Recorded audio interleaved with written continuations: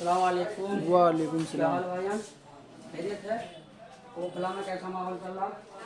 दबा के तो हम मेवात चाह के यहाँ काम कर रहे हैं 10 दिन से, मेहनत कर रहे हैं, पूरी ताकत लगानी है, जोर शोर के साथ हैं? पतंग पतंग पतंग इंशाल्लाह है।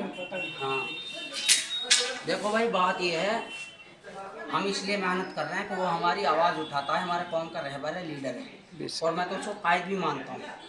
कायद इसलिए मानता हूँ कि सियासत के बहुत बड़े शानदार लीडर हैं बैरिस्टर असदुद्दीन ओवैसी साहब। सिर्फ डर से नहीं, खौफ से नहीं, झिझक से नहीं, सिर्फ मोहब्बत से। अल मुस्लिम वकुल मुस्लिम, मुसलमान मुसलमान का भाई है। जहाँ कोई मॉब लिंचिंग होती है वहाँ बैरिस्टर असदुद्दीन ओवैसी साहब बोलते हैं। कांग्रेस के नेता क्यों नहीं बोलते? मामन खान बोले, उनको जेल में डाल दिया गया। और जब कांग्रेस की मौजूदा विधायक जाहिदा खान थी उस वक्त, जब नासिर और जुनैद की आज 2 साल होने जा रहे हैं, 14 और 15 फरवरी को 2 साल हो जाएंगे, तब कहाँ थे कांग्रेस कांग्रेस की चिल्लाने वाले? तब क्यों नहीं बोले? जब अभी यूसुफ की हत्या कर दी गई गाय के नाम पर, तब कहाँ थी कांग्रेस? कांग्रेस के नेता और चाटुकार दलाल क्यों नहीं बोले? और तब कहाँ थे जब दिल्ली दंगा हुआ था, अमानतुल्ला खान उस वक्त कहाँ थे? कब्रिस्तान सारे बेच दिए इन्होंने, मुसलमानों के तमाम कब्रिस्तानों को बेच दिया।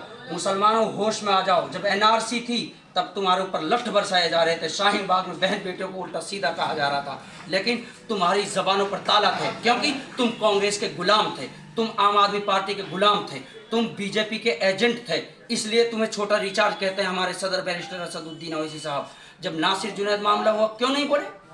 क्यों चुप हो गए? संबल का मामला हुआ क्यों नहीं बोले? क्यों चुप हो गए हैं? जब भी मुसलमान मारा जाता है, जहां भी कोई क्यों नहीं बोलता? पता तो तब चलता है अपने और दूसरों का, जब सामने जरूरत पड़ने पर आदमी साथ खड़ा होता है। हक बात कहते हैं तो लोग कहते हैं बीजेपी की बी टीम है। अभी ओखला विधानसभा के अंदर आप देख लेना, 2 सीटों पर कांग्रेस ने, सिर्फ 2 सीटों पर हराने के लिए यहाँ अपने अपने कैंडिडेटों को उतारे। मेवात से भी आए हुए हैं दलाल लोग यहाँ प्रचार करने के लिए, जो कौम को लूट कर खा गए। पूरी मेवात के लिए न शिक्षा दी, अपना घर भरा सिर्फ उन्होंने ओलेक्स और ब्लैक मनी को बढ़ावा दिया, उन्होंने गो तस्करी को बढ़ावा दिया। आज लोग हमारे गाय के नाम पर मारे जा रहे हैं, आज हमारे लोग दाढ़ी और टोपी के नाम पर मारे जा रहे हैं, आज हमारे लोग मेवाती होने का सबूत अपना छुपा रहे हैं।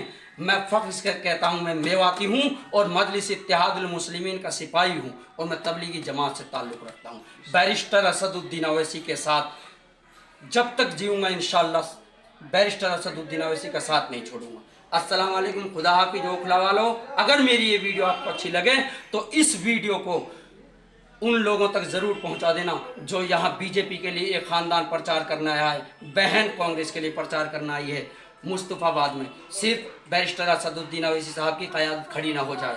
अगर इनको इतनी ही मोहब्बत है तो बैरिस्टर असदुद्दीन ओवैसी साहब के सामने मुसलमानों से कांग्रेस ने कैंडिडेट क्यों उतारा? आम आदमी पार्टी ने कैंडिडेट क्यों उतारा? क्यों नहीं इन्होंने बैरिस्टर असदुद्दीन ओवैसी साहब से 2 सीटों पर गठबंधन क्यों नहीं किया? नहीं चाहते ये, क्यों? कि मुस्लिम लीडरशिप खड़ी हो जाएगी, मुसलमानों की क़यादत खड़ी हो जाएगी, मुसलमान मजबूत हो जाएगा, और मुसलमान बैरिस्टर असदुद्दीन ओवैसी साहब को बीजेपी की बी टीम कहने में लगा हुआ है। अरे शर्म करो मुसलमानों, तुम मुनाफिकों के लिस्ट में जाओगे, इसको बी टीम कहने वाले। याद रखो, अपनी ज़बान पर ताला लगा लो। आखिरकार उलमा किराम को भी तस्लीम करना पड़ेगा जब इनकी आंखों का आगे से पर्दा खुलेगा कि बैरिस्टर असदुद्दीन ओवैसी साहब हक और सच के साथी हैं, और हिंदुस्तान के नहीं बल्कि उम्मत मुस्लिमा के फिक्र रखने वाले लीडर हैं। और हिंदुस्तान के लोग ये सोचते हैं कि ये बीजेपी की टीम है। शर्म करो, बी टीम तो तुम हो। तुमने हमेशा से मुसलमानों का नुकसान किया है, मुसलमानों के नाम पे वोट मांगा है, मुसलमानों से सिर्फ तुम लोगों ने धोखा किया है। वोट के टाइम पे तुमको मुसलमान याद आता है, बाकी टाइम पे तुम कहाँ जाते हो? क्यों नहीं बोलते संभल मामले पर? क्यों कोई नहीं बोला? क्यों नहीं बोले ताहिर हुसैन दिल्ली में था, क्यों नहीं छुड़ाया किसी ने? क्यों नहीं बोले शिफाउर रहमान दिल्ली में थे, हैं नाजायज उनको जेल के अंदर ठूंस कर रखा, क्यों नहीं बोले? एनआरसी में मुझे भी जेल पहुंचाया गया, फर्जी 420 के नाम से जाहिदा खान ने। मैं सरफ का कारोबार करता था, एक आदमी पे इन्होंने सरफ खरीदवाई और ओलेक्स वाले से 420 वाले से मेरे अकाउंट में 12,500 रुपये ट्रांसफ़र करा दिए, मुझे छत्तीसगढ़ की पुलिस के हवाले कर दिया, 3.5 महीने जेल काट कराया। ये है कांग्रेस के काले करतूत। जब मैं बैरिस्टर असदुद्दीन ओवैसी साहब का नाम लेता था तो इनके चिड़क लग गई थी, इनके मिर्चियां लग गई थी कि ये नया लीडर पैदा हो रहा है। मैं लीडर नहीं हूं, मैं कौम का बेटा हूं। हक बात कहने से तुम्हारी माँ भी नहीं रोक सकती मुझे, क्योंकि मैं डरता हूं सिर्फ अल्लाह रब्बुल इज्जत से। ला इलाहा इल्लल्लाह, सुपर पावर सिर्फ अल्लाह।